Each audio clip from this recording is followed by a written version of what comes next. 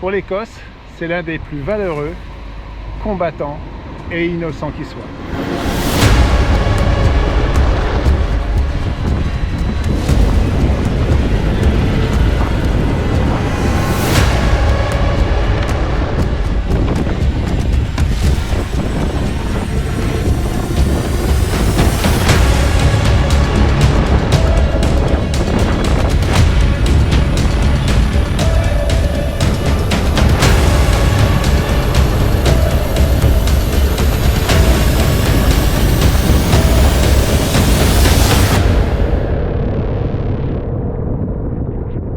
Au bord de ces plages-là, que vous voyez derrière, arrive un roi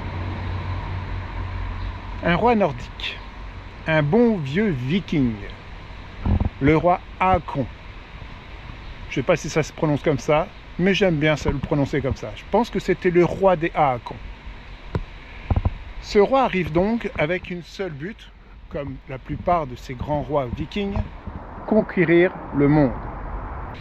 À l'heure actuelle, il détient toutes les îles d'Écosse. Et maintenant, il veut le territoire. Ce territoire appartient aux Scots. Scotland, le pays des Scots. Les Scots et les Vikings se tapent dessus depuis plusieurs années. Mais Haakon, ce jour-là, a une idée. Comme les Vikings sont repérables depuis très loin, vous voyez un peu l'amplitude de la plage et d'autres, avec leurs dracars et leurs armements et leur odeur, parce que quoi qu'on en pense, ils ne sentaient pas le dracar noir. Ces valeureux combattants, et le roi dit, ce qu'on va faire, c'est qu'on va intervenir de nuit. Parce qu'il faut savoir qu'ici, le jour se lève à 3h30. Il se couche, moi c'est ce que je vis en ce moment en été, il se couche vers 22h30 et il se lève à 3h30. Ça laisse une plage horaire très très courte pour intervenir, surtout qu'ils sont assez nombreux. Donc ça veut dire faire venir les dracars pendant la nuit, se positionner sur la plage, tout le monde confondu, et foncer dans les plaines. Pour assurer son plan, il dit à tous ses combattants, on intervient de nuit, on va sur les plaines, on se déchausse et on ne fait aucun bruit. On va surprendre tous les Scots en plein sommeil et on les trucide. Le plan se déroule pas trop mal. Ils arrivent en pleine nuit ici.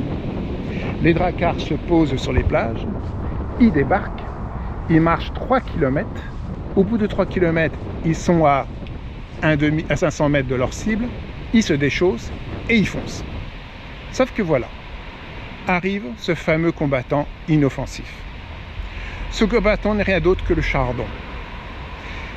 Dans les plaines là-bas aux alentours, il est farci de chardons. Des chardons hauts de 2 mètres, avec des têtes grosses comme des pamplemousses. Les soldats se ruent dessus de nuit sans s'en rendre compte. Ils se mettent à hurler, ils saignent de tous ports. Et ils sont pourchassés, pour le coup, de par le réveil des Scots, ils sont pourchassés pour repartir en arrière. Autant vous dire que les Scots ont gagné cette bataille sans effort, grâce à leur ami le chardon. Depuis, le chardon est devenu l'emblème national. On le retrouve un peu partout sur les panneaux, qui indiquent par exemple un lieu historique. On le retrouve aussi sur les pièces de monnaie, sur certaines pièces de monnaie. Et il est l'emblème des joueurs du rugby. Nous, c'est le coq, eux, c'est le chardon. Voilà le pourquoi du comment.